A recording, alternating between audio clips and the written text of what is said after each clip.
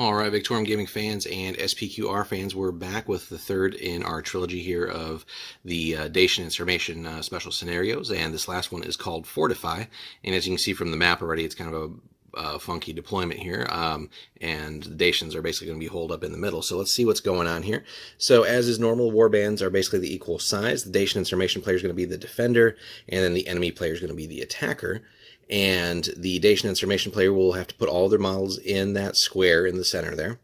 And then the attacker will deploy afterwards, and basically they have all of the table edges to deploy from, so they really can surround the Dacian player. So especially in larger games, that will definitely have a cumulative effect there if you really maximize that and deploy from all the angles, make it tougher on the Dacian player. And then the attacker has the first phase, and they definitely need it because with the way the victory conditions are in this battle, time is definitely of the essence. And pushing the attack will be absolutely critical. So, special rules. Before any units are deployed, buildings representing a small village or farm should be placed in the Dacian and Sarmatian deployment area. The Dacian and Sarmatian Sarmatians, I guess, little typo there, can then add fences, carts, and other barricades, so a little bit more terrain, more obstacles. And then any unit in contact with those between it and an attacking enemy unit gains the benefits of heavy cover, but with a +2 bonus to armor checks rather than the usual +1. And while enemy units perform shooting actions against it, suffer -2 penalty to their range attacks instead of the usual -1. So it's a bit rough though, just because they'll get better cover as the defenders versus like an attacker right up against it. But given the nature of the scenario, that kind of still makes sense. But then last but not least here, the victory conditions. So the Dacian and Sarmatian player will gain victory if no enemy units are within their deployment area for 3 full consecutive turns. And so as you can see, enemies have to be basically 18 inches away, so starting at the table edges essentially. Or it's not quite 100% clear. It could also be just like they have to move on to the board. So I wish that was a little bit more specified. Let me go back and double check here. Yeah, it just says they deploy afterwards. But anyway, though, so that center box there is basically where the Dacians will deploy, and obviously setting some good solid terrain will help slow down the attackers, but the attacker does get to basically come at you from all the angles, and their goal is to seemingly just get a unit in there. It would be nice if the victory conditions kind of specified maybe like an other ending point, just because if it's like a war of attrition, eventually, the Dacian player could push the attackers out and then eventually just get 3 turns if they're already on the winning side. So some sort of hard finish to that aside from just keeping the enemy out.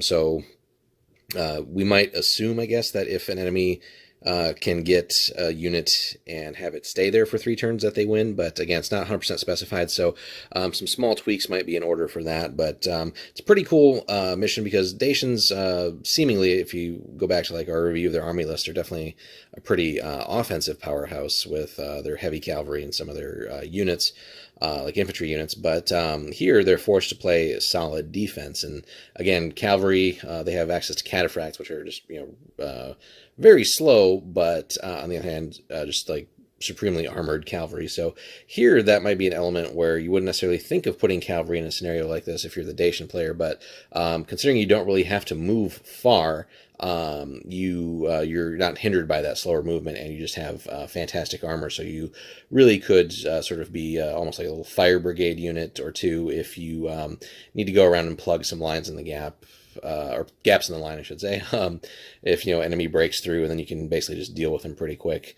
And yeah, building a strong list here to basically take advantage of the scenario and really try to keep enemies out. So you certainly want to maximize offense to kill enemy units and obviously wear them down to the point where they really can't break through anymore.